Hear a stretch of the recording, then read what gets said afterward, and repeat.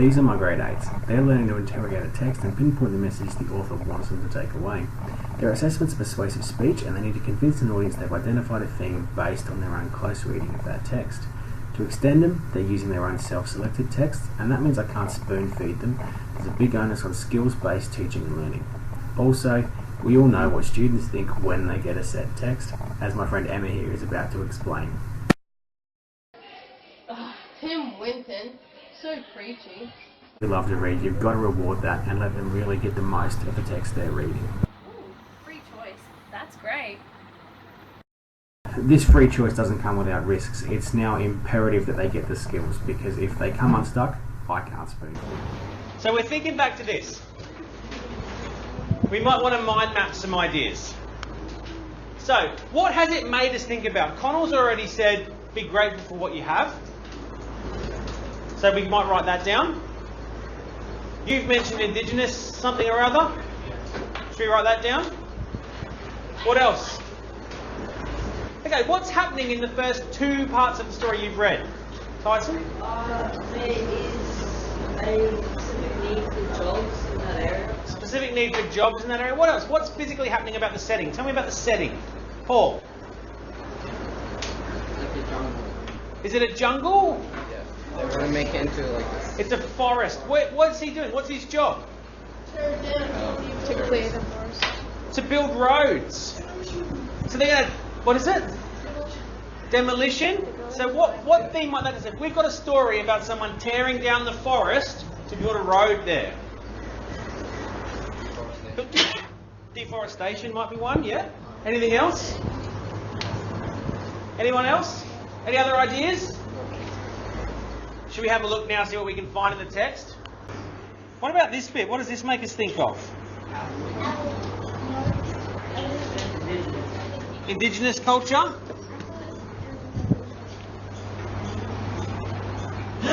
In the bush though? Yeah.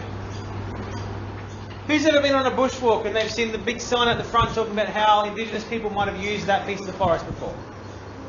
Everyone? Yes? No? Maybe?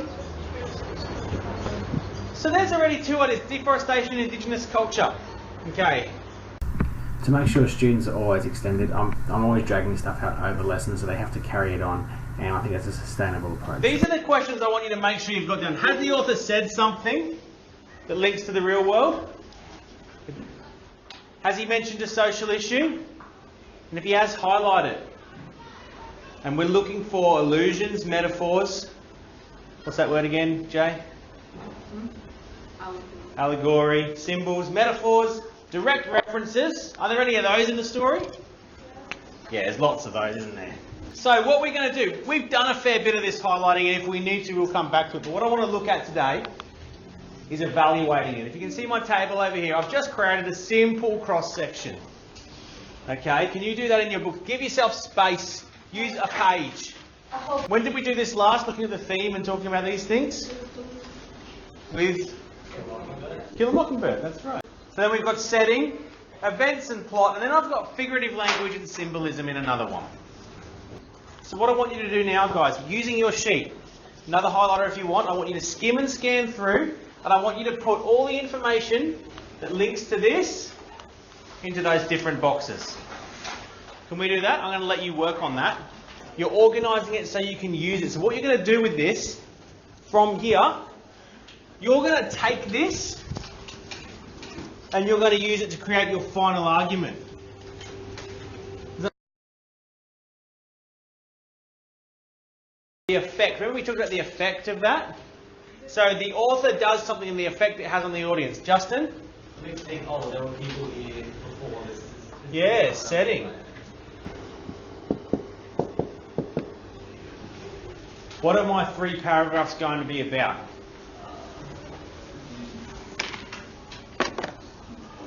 Someone who hasn't answered anything, Rory?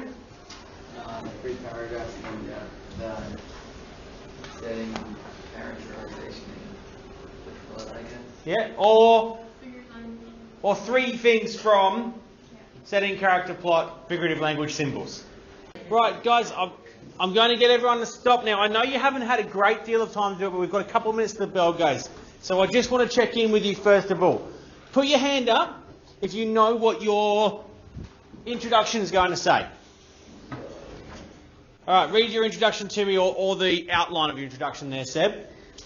Well, I was told to go to the author, name, and story of the book. I'll state the theme that I have, and my statement is also present my topic and argument that I'll have really. Excellent. Over here, someone over here, tell me what your 3 arguments are going to be. Christian? My arguments are going to be about something from the characterization setting. All right, excellent. Guys, thank you.